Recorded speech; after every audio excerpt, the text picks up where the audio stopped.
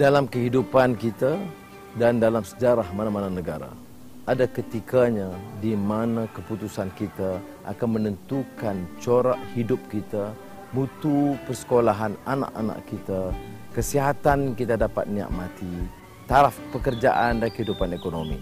Dan masa dan ketikanya adalah sekarang. Demi rakyat, demi masa depan kita, keselamatan dan masa depan rakyat Malaysia. Kita harus ikhtiar dan kita pohon doa kepada Allah Subhanahu Wa Taala, mudah-mudahan hasrat kita bersama untuk bawa perubahan demi rakyat itu tercapai, insya-Allah. Di bawah pengurusan Barisan Nasional sekarang, tekanan hidup kepada rakyat umum itu lebih berat. Harga barang naik, harga minyak, harga gula, harga tepung. Saya di sini bersama dengan golongan pekerja umumnya, semua mengeluh kerana pendapatan tidak meningkat, allowance tidak meningkat. Harus ada perubahan, harus ada dasar ekonomi yang peduli terhadap nasib rakyat. Oleh demikian, kita tidak ada pilihan untuk selamatkan anak-anak kita, kebajikan ibu bapa kita. Kita harus bawa dan berani bawa perubahan.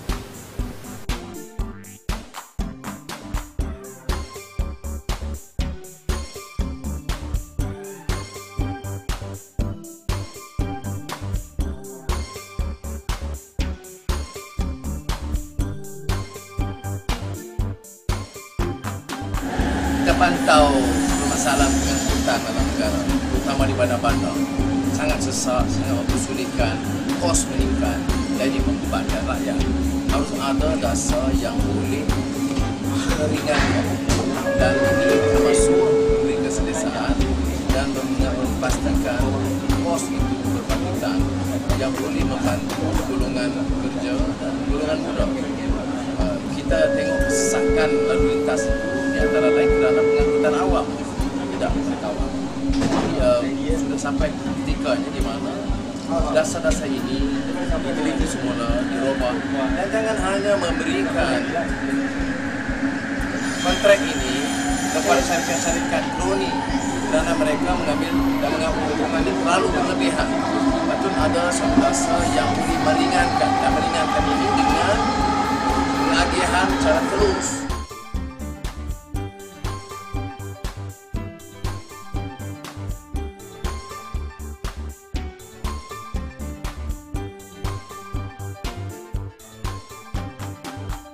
Buah ni kalau tidak memberi kesan, jumpa terus terpahat di hati, persaudaraan dan kasih sayang. Dalam hidup ni, apa arti hidup? Dia perjuangan ni, dia kena ada dia punya paksi dia, tiang dia, keyakinan dia. Kita sebut akidah, tiang. Kamu konsisten, istiqamah. Tapi dia ulas tu adalah ulasan dan kita faham maknanya. Dalam hidup ni apa arti? Dia perjuangan ni, dia kena ada dia punya paksi, tiang, keyakinan.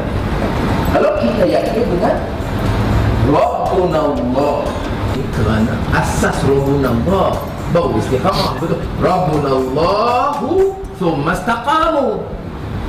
Kalau tidak, istiqamah itu lurus, rel tak betul. Dia bagi contoh. Kepada Allah SWT memberikan kekuatan kepada kita. Wabillahi taufiq wal hidayah. Wassalamualaikum warahmatullahi wabarakatuh.